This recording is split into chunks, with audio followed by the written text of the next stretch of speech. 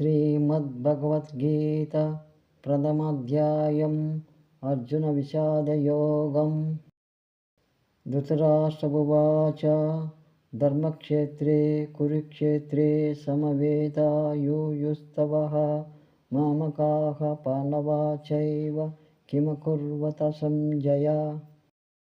संजय उवाच दृष्ट्वा तु पाण्डवानीकं व्यूढं दुर्योधनस्तदा आचार्यमुपसंगम्य राजा वचनमब्रवीत्। पश्यैतां पाण्डुपुत्राणाम् आचार्यमहतीं च मुं व्यूढां द्रुपदपुत्रेण तव शिष्येन धीमता। अत्र शूरमहेश्वास भीमार्जुनसमायुधि युयुधानो विराटाच्च द्रुपदश्च महारथः। दुष्टकेतुश्चेकितानः काशीराज च वीर्यवान् पुरजित्तु कुन्तीभोज च शैबश्च नरपुङ्गवः। युधामनुश्च विक्रान्त उत्तमौजा च वीर्यवान् सौभद्रो द्रौपदेया च सर्व एव महारथाः। अस्माकं तु विशिष्टा ये तानि बोधद्विजोत्तमा नायका मम सैन्यस्य संज्ञार्थं तान् ब्रवीमि ते। भवान् भीष्मश्च कर्णश्च कृपश्च समितिञ्जयः अश्वत्थामा विकर्णश्च सौमदत्तिस्तथैव च अन्ये च बहवः शूराः मदर्त्य त्यक्तजीविताः नानाशस्त्रप्रहरणाः सर्वे युद्धविशारदाः।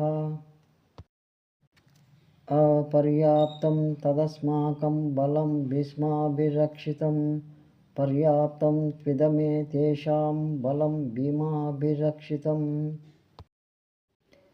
अयनेषु च सर्वेषु यथा भागमवस्थिताः भीष्ममेवाभिरक्षन्तु भवन्तः सर्व एव हि। तस्य सञ्जनयन् हर्षं कुरुवृद्धः पितामहः सिंहनादं निनद्योच्चैः शङ्खं दद्मौ प्रतापवान्। ततः शङ्खाश्च भैर्यश्च पणवानकगोमुखाः सहसैवाभ्यहन्यन्त सा शब्दस्तु भवतु। ततः श्वेतैर्हयैर्युक्ते महति स्यन्दने स्थितौ माधवः पाण्डवा चैव दिव्यौ शङ्खौ प्रदध्मतुः। पाञ्चजन्यं ऋषिकेशः देवदत्तं धनुञ्जयः पौण्ड्रं दद्मौ महाशङ्खं भीमकर्मवृकोदरः। अनन्तविजयं राजा कुन्तीपुत्रो युधिष्ठिरः नकुलसहदेवश्च सुघोषमणिपुष्पकौ। काश्यश्च परमेश्वासः शिखण्डी च महारथः धृष्टद्युम्नो विराटश्च सात्यकी च पराजितः। द्रुपदो द्रौपदेया च सर्वशः पृथिवीपते सौभद्रश्च महाबाहुः शङ्खान् दद्मुः पृथक् पृथक्। स घोषो धार्तराष्ट्राणां हृदयानि व्यधारयत् नभश्च पृथिवीं चैव तुमुलोऽभ्यनुनादयन्। अतः व्यवस्थितान् दृष्ट्वा धार्तराष्ट्रान् कपिध्वजः प्रवृत्ते शस्त्रसम्पाते धनुरुद्यम्य पाण्डवः ऋषिकेशं तदा वाक्यम् इदमाह महीपते।